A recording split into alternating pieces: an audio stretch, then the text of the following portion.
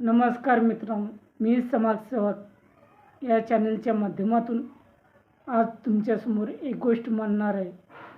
आज विधानसभेमध्ये मुख्यमंत्री तथा अर्थमंत्री माननीय श्री देवेंद्रजी फडणवीस साहेब यांनी शेतकऱ्याला 2 लाख कर्जमाफी ही घोषणा केली आहे आणि नियमित कर्ज भरणाऱ्याला 50,000 प्रोत्साहन भत्ता देण्याची घोषणा केली आहे। परंतु खरंच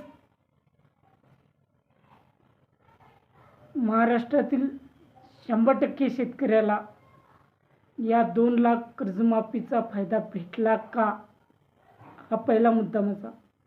त्यात नाही, जवळपास 70% शेतकऱ्याला हा फायदा भेटणार नाही का? मागील काळात स्वर्गीय अजित पवार यांचं एक विधान आठवलं, ते कर्ज भरा हे वारंवार सांगत होते आणि देवेंद्र फडणवीस योग्य वेळ आल्यावर कर्जमाफी करणार। मग जवळपास या 70% लोकांनी कर्ज नियमित भरलेलं आहे।